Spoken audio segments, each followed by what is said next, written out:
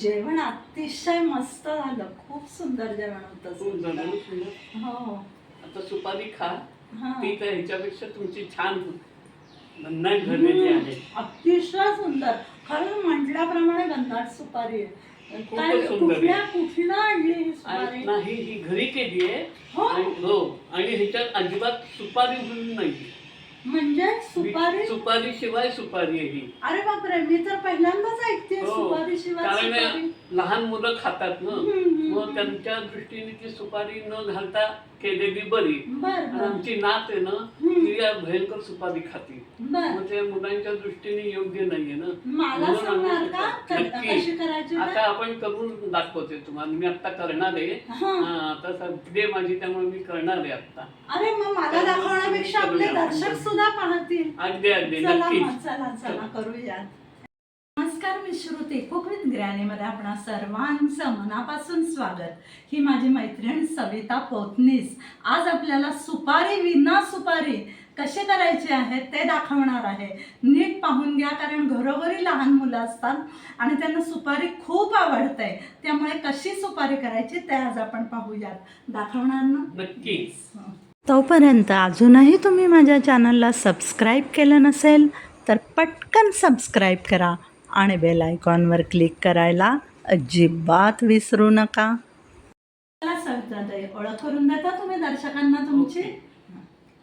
नमस्कार, मी सविता पोतनीस. मी defence audit डिपार्टमेंटमधून retire झालेली आहे. गेली 15 वर्ष मी रिटायरमेंट विथ कुकिंग एन्जॉय करत आहे. आणि आता त्याच एन्जॉयमेंटमध्ये मी आज तुम्हाला सुपारी न घातलेली अशी सुपारी करून दाखवणार आहे. लहान मुलांना खाण्याची सुपारी खूप आवड आहे, पण ते त्यांच्या हेल्थच्या दृष्टीने चांगली नाही, म्हणून मी सुपारी न घालता बाकीच्या साहित्याने सुपारी कशी करायची हे दाखवणार आहे. काय काय साहित्य वापरता तुम्ही सुपारी करण्यासाठी? तर सुपारी करताना आपण हे सगळं साहित्य घेणार आहोत. त्यासाठी लागणार आहे 250 ग्रॅम बडीशेप, 1 वाटी सुकं खोबरं किसलेलं, 100 ग्रॅम ज्येष्ठ मध, 100 ग्रॅम धना डाळ, 1-2 ते 3 चमचे पिठी साखर, हा चमचा त्याचा आहे, आणि 10 ग्रॅम वेलदोडे आहेत, 10 ग्रॅम लवंग आहेत, आणि 1 जायफळ किसलेलं, आणि चवीप्रमाणे मीठ. आता आपण ह्यातलं साहित्य सगळं भाजून घेऊया. पहिल्यांदा बडीशेप भाजूया, आणि नंतर खोबरं भाजायचे, आणि नंतर हे लवंग आणि वेलदोडे जास्ती नाही, थोडेसे गरम करायचे. सुपारी ते बारीक होईल थोडंच गरम करायचे. त्यामुळे आता मी हे आता सगळ्यात पहिल्यांदा आधी बडीशेप भाजूया. फार जास्ती लाल नाही भाजायची, मध्यमच भाजायची. ती वास यायला लागला की, म्हणून सारखं ते बडीशेप असे सतत हलवून, जेणेकरून खाली लागणार जायची आणि करपणार नाही, म्हणून सारखे ते हलवत राहायचं. आता आपली बडीशेप भाजत आलेली आहे, थोडीशी ब्राउनिश व्हायला लागलेली आहे. ती जास्ती काही तिला भाजायचं नाही, त्यामुळं म्हणजे असा रंग आला बडीशेपला की ब्राउनिश कलर आला पाहिजे, हिरव्या, थोडासा वास येतोय, वास छान वास येतोय. त्यामुळे एवढी भाजायची आणि मग काढून घ्यायची. धना डाळ तर थोडीशी भाजून घ्यायची. बेताचीच भाजायची, म्हणजे असे खूप कुरकुरीत वगैरे असे नाही झाले पाहिजे. त्याचा पण थोडासा रंग बदले इतपतच भाजायचं. धना डाळ हलकी असल्यामुळं ती लगेच करपायची शक्यता असते, त्यामुळे जास्त भाजायची नाही, लगेच थोडीशी भाजायची आणि खाली उतरवायची. इतपत अशी सोनेरी कलरवर ही भाजलेली आहे साधारण, आणि आता ती आपण उतरवूया. आता हे खोबरं आहे, आपण गोल्डन कलर खोबरं खोबरं किसून खोबरं किसून घेतलंय. ते आता थोडंसं गोल्डन कलरवर आपण भाजणार. याला मात्र गॅस आपल्याला लो फ्लेमवर करावा लो लागेल ना. फ्लेमवर हां, भाजणार. कारण पटपट भाजलं जातं ते. छान. हां, छान रंग आता बदलत रंग चाललाय, हळूहळू असा बदलतोय. सोनेरी कलर येत सोनेरी चाललाय कलर त्याला. येतोय. इतपत खोबरं हे भाजून घ्यायचं. झालेलं आहे. आणि आपण आता ते खाली उतरवू. थंड झालं पाहिजे ते. आता खोबरं झालं, बडीशेप झाली, धणा डाळ झाली. आता आपण काय करणार आहोत? आता लवंग आणि वेलदोडे थोडेसे भाजून घेऊयात. एकत्र हो, भाजायचं. एकत्रच भाजायचं. Okay okay. हां, लवंग आणि वेलदोडे आपण एकत्र भाजणार. वेलदोडे सालासकटच भाजणार. अच्छा, साला सकट भाजायचं. वेलदोड्याच्या खरीच सालीला खरोखरच सुंदर स्वाद असतो. म्हणूनच बरेचदा आपण त्याच्या साली चहाच्या पावडरमध्ये सुद्धा टाकतो. तर हे सुद्धा वेलदोडे आणि लवंगा जास्ती भाजायचे नाही. त्याशिवाय भाजायला लागलं की तडतड असा उडायला लागतात ते. बर, तेवढं उडायला लागलं की लगेच आपण बंद बंद करायचं. करायचा गॅस. लवंग तडतडायला सुरुवात झालेली आहे. लवंग तडतडतात, वेलदोडे पण फुगलेले हो हो, हे असे काय भाजल्यामुळे. तडतडतायत. हो. आता ते छान थोडे भाजून घेतलेले आपण उतरवूया. तर थंड होऊ द्यायचं ते उत्ताना. सगळं भाजून झालेलं आहे. आता काय करणार होत ते आपण? सगळं भाजलेलं आहे. समजून काढण्यापूर्वी थोडंसं गार व्हायला पाहिजे. हा, किती 10 मिनिटं हां, साधारण 10 मिनिटं तरी ते गार व्हायला लागतील. चालेल. म्हणजे बडीशेप, धणा डाळ, धणा डाळ. लवंग, वेलदोडे आणि खोबरं हे सगळं 10 मिनिटासाठी गार होऊ द्यायचं. आता आपलं हे सुपारीचं साहित्य सगळं गार झालेलं आहे. आपण आता एक एक करून ते थोडंसं जाडसर मिक्सरमधून काढून घेऊ. अच्छा, भरडसर भरडसारखं काढायचं. अच्छा, म्हणजे आधी एक जीव सगळं वेगळं वेगळं करायचं. काढायचं आणि मग आणि नंतर मग मिक्स सगळं करून एकत्र करायचं. परत सगळं एकत्र करून काढायचं. हा, चला मग आता आपण हे सगळं मिक्सर मधनं काढून घेऊया. आता काय आपण पहिली धणा डाळ घेतली का? धणा डाळ घेतली पाहिजे. भरड काढायला थोडीशी जड जाते, बर. म्हणून ती आधी जास्ती भरड काढून घेऊ. हा, हा, हा.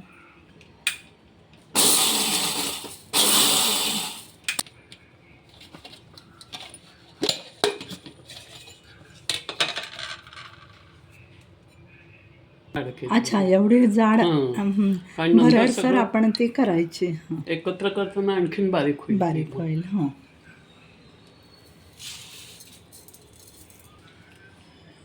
आता आता ही ही बडीशेप करूया. बडीची भाजली ती जरा अशी थोडीशी जाडसर करून होईल वास एकदम. किती सुंदर येत आहे ना. अतिशय मस्त वास येतो, खमंग असा.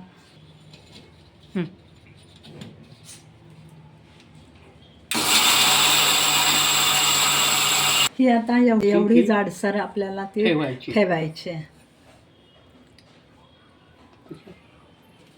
आता आपण खोबरं घेतो. खोबरं पटकन बारीक होईल नाही का? हं.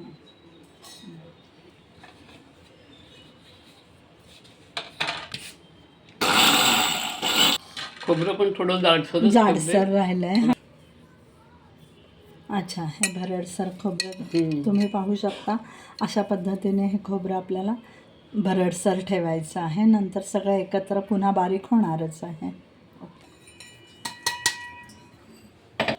आता आपण लवंग आणि वेलदोडे लवंग वेलदोडे घ्यायचे. बारीक करून घेऊ. चालेल चालेल. तर हे नुसतं आपलं बारीक होणार आहे, म्हणून ह्याच्याबरोबर थोडीशी बारीक होण्यासाठी साखर घालणार. बर, रेग्युलर साखर. रेग्युलर साखर. हां, साखर किती घालायची? ही साखर साधारण चमचाभर घालूया. चमचाभर ते घालायची. बारीक होण्यासाठी. हां, अच्छा. 1 चमचा साखर, 2 चमचे साखर.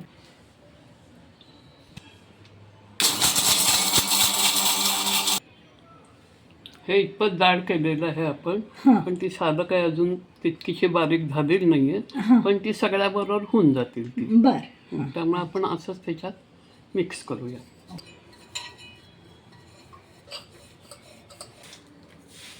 अच्छा, हे सगळं मिक्स करायचं. म्हणजे धणे डाळ, बडीशेप, खोबरं आणि लवंग आणि वेलदोडा हे सगळं आपण भरडसर केलेलं आहे. आणि आता हे सगळं आपण मिक्स करून घेतो. आता हे अशा सगळं आपण मिक्स केलेलं आहे. आता हे मिक्स केलेलं सगळं आपण मिक्सरमधून परत एकदा आणखीन बारीक करून घेऊया. ओके.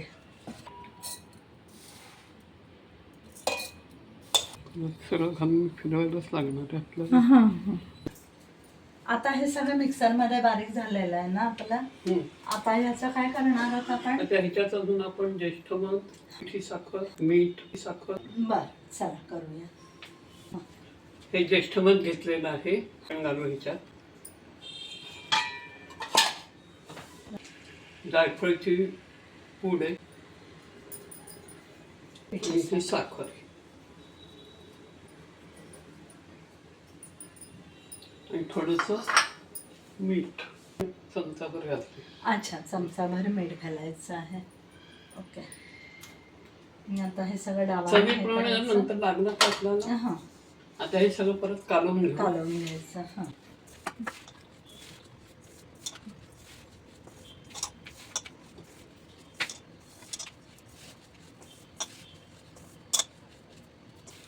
पिठी साखर, जायफळ पूड, मीठ हे सगळं बारीकच असल्यामुळे आपण ते नंतर त्याच्यामध्ये ऍड केलं ना.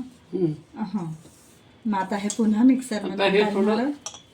हे थोडं एकजीव होण्यासाठी थोडंसं मिक्सरमधून काढूया. अच्छा, पुन्हा सगळं- एकजीव हां. होण्यासाठी मिक्सर एकजीव मधून एकदा होण्यासाठी. करायचं, म्हणजे पुन्हा एकदा अजून जरा फाईन होईल ते. सगळे पदार्थ हां, एकत्र होतील. बरोबर. आता सगळे आपण सुपारी मिक्सरमधून हां. एकजीव करून घेतलेली आहे. सगळी परत एकदा हाताने सारखी करून घेऊ. ही सुपारी झालेली आहे. बिन सुपारीची सुपारी झालेली आहे. हो, वा. कुठेही आपण ह्याच्यामध्ये सुपारीचा वापर न वापर अजिबात करता केले नाही. आणि मुखशुद्धी म्हणून अतिशय सुंदर झालेली आहे. आणि ही लहान मुलं कितीही खाऊ शकतात. हा, आवडीने खाऊ शकतात, आवडीने कितीही खाऊ कितीही खाऊ शकतात. शकतात. आपण त्यांना अडवू शकत नाही. शकत नाही. वाव, आपण घेतलेल्या साहित्यामध्ये ही एवढी सुपारी तयार तयार होते झालेली आहे. आणि बेताने खाली तर सहज हे आपल्या एका कार्यापुरती सुपारी होईल. वा, आमच्या घरी सहज 6 महिने पुरेल आरामात. खूप छान. ये तुझी लाडकी सुपारी तयार झाली आहे. ए बघ बघू. सांग कशी झाली? आजीने केली आहे. वाव. खूप भारी. आणि वाटेल तेव्हा वाटेल तेवढी खाऊ शकतेस, कारण ही बिना सुपारीची सुपारी आहे. थँक्यू. सगळे आयुर्वेदिक घटक आहेत. सगळे आयुर्वेदिक घटक आहेत. पचायलाही हलके आणि पचनाला मदत करणारे आहेत. असे त्यामुळे आयुर्वेदिक घटक आहेत. अगदी अर्ध्याच्या ऐवजी 1 चमचा खाल्ली तरी बाधणार नाही, नाही. लागणार नाही. Thank you very much.